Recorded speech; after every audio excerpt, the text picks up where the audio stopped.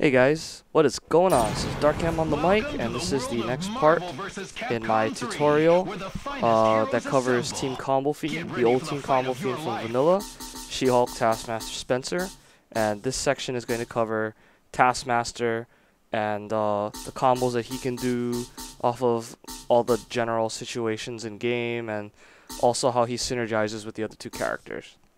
So, for the sake of it, even though She-Hulk's usually the on-point character, we're gonna put Tasky first, and we're gonna put everyone else in. And let's see, let's do Captain America, Wolverine, and the first thing that I want to get out of the way before we do anything is I want to go over again some basic housekeeping with this character and how he synergizes with the two different assists that he has available to him, how to use them in combos and in general, and any other quirks to Taskmaster that you should probably know right off the bat. So here we go.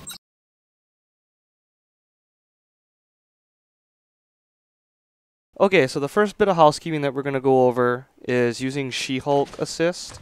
And the assist of choice that I recommend is the torpedo.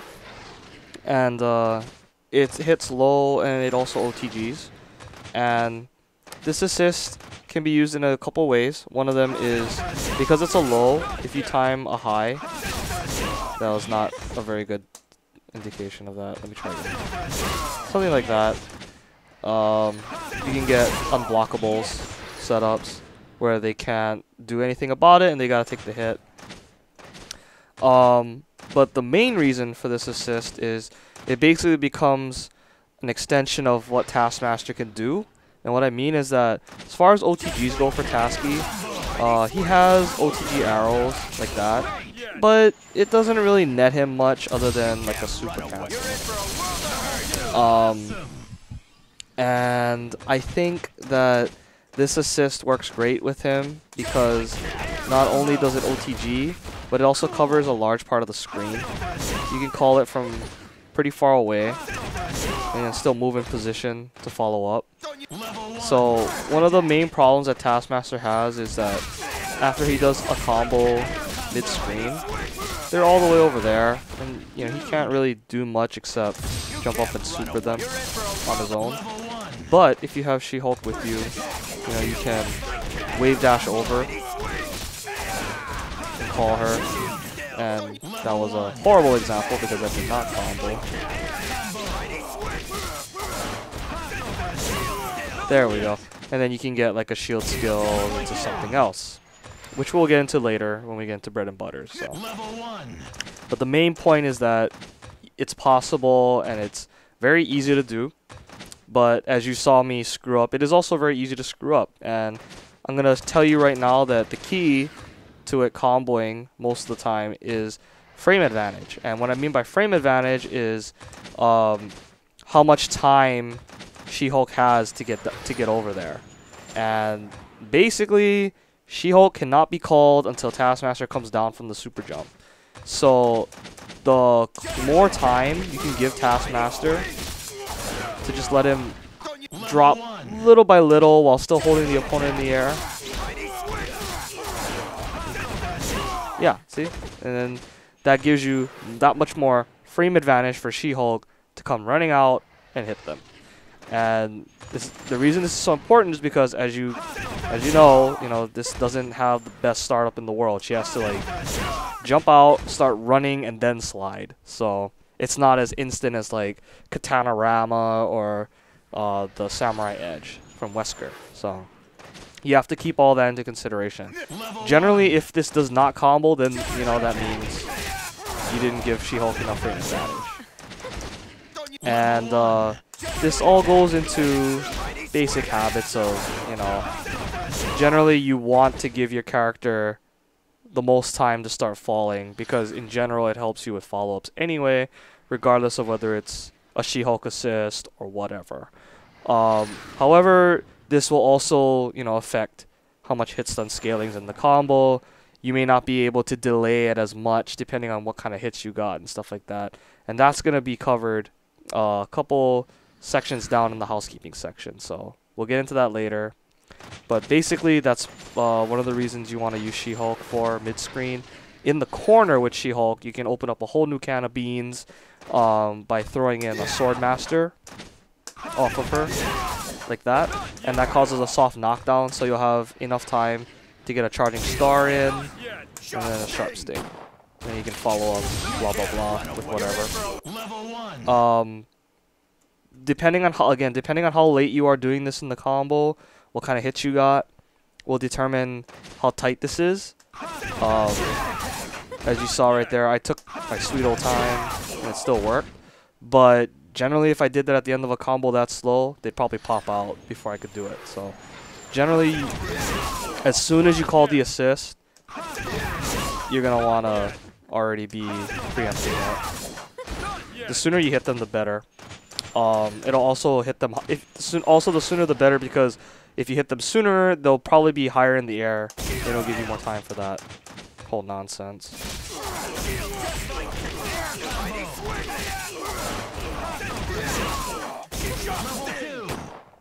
So yeah, the main tricky part is just the SwordMaster. Once you get the SwordMaster timing down, the shield skills and the sharp sting, pretty easy. So yeah, that's She-Hulk assist, synergizing with TaskMaster.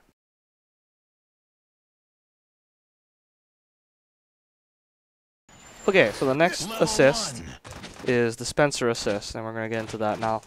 And the assist of choice that I like is the slant shot. And this is a great assist for TaskMaster because, again, it becomes an extension of what TaskMaster can do. By himself, TaskMaster can't get a whole lot of stuff off of just that. But with the Spencer assist, you can pick him up and then bring him back to a standing position, and then TaskMaster can go nuts. Late in the combo is where I'd recommend using this. You know, after you've done your whole business of hitting them in the air and whatever you want to do, pick them up, and then put them in the sharp sting hard knockdown, and then finish them with the super. And whichever variation you want to do, you can do. Generally, the diagonal one is preferred over the straight down because you get better DHCs, especially with this team. But anyway, yeah, that's basically what you would want to use Spencer for. And also, you could also use him as a starter to snatch them out of the air. You also have to pay attention to whether you called him, you know, early or not. Sometimes you'll end up calling Spencer and he won't necessarily hit them, but you'll open them up anyway. And you just have to keep in the back of your mind, okay, you know, I called Spencer, so he's not going to be available later in the combo, so I only have She-Hulk or whatever, or something like that. So you just have to keep track of when you called them and whatnot. And it's basically just to tack on a little extra damage. When you're concerned about his regular BnBs, Spencer also comes into play earlier in certain other hit confirms, which I'll get into later. But yeah, he's basically just a big extension for TaskMaster, and just allows him to actually get stuff off of his OTG arrows and stuff like that, continue his damage. So yeah, that's Spencer assist with TaskMaster synergizing together. And now I'm going to go into the separate housekeeping section where I'm going to talk about knowing your hit confirms and knowing your hit stun states, ground versus air.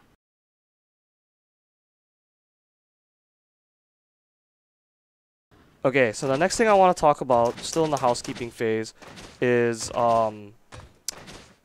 knowing where you start your combos, what you started your combos with, and all those other things that, you know, create different hit stun, decay, and stuff like that. So there's a big difference between hitting somebody in the that's in an air state and hitting someone in a grounded state. And basically what it boils down to is the more you hit somebody while they're in the air, the harder it scales your combos. For example, if you did boom, boom, boom like that, just A, B, C, like that, he's in a standing state through that whole process up until that. And then when you hit him with the shield skills, the charging star, he's still in a standing state from the seat. And so that's fine. That's no problem. That's standard. However, if you're using your light, your crouching normals A, B, C, the sweep picks him off the ground, puts him in an air state, and which causes you to hit charging star when they're in an air state, which completely changes the hit stun states of your next moves. Totally changes the scaling on the hit stun, and it really makes your combos a lot tighter than you think. Just for the sake of an example, I'm gonna attempt to create a normal bread and butter, which looks like this, like that. So that's if they're standing. You have a lot of time to do your thing. As opposed to if you go low, pick them up into the air early.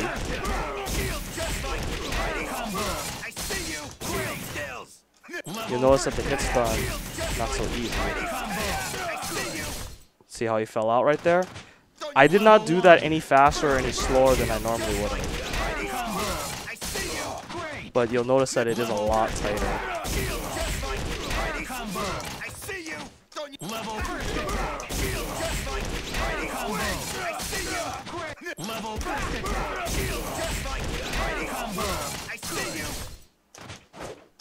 Okay, so the point is, the longer you can keep them standing is generally better for your hit stun skill. You have a lot more room for error, a lot more time to delay or to adjust if you have to. Whereas if you don't, one small misstep causes your combo to just fall apart. See how much more time I have? You can just see it. You just don't have as much time. The hit stun scaling is a lot harder. The more you knock them, the sooner you knock them into the air. This also goes for air to air hit confirms, like so. See how it's like not even barely even comboing anymore.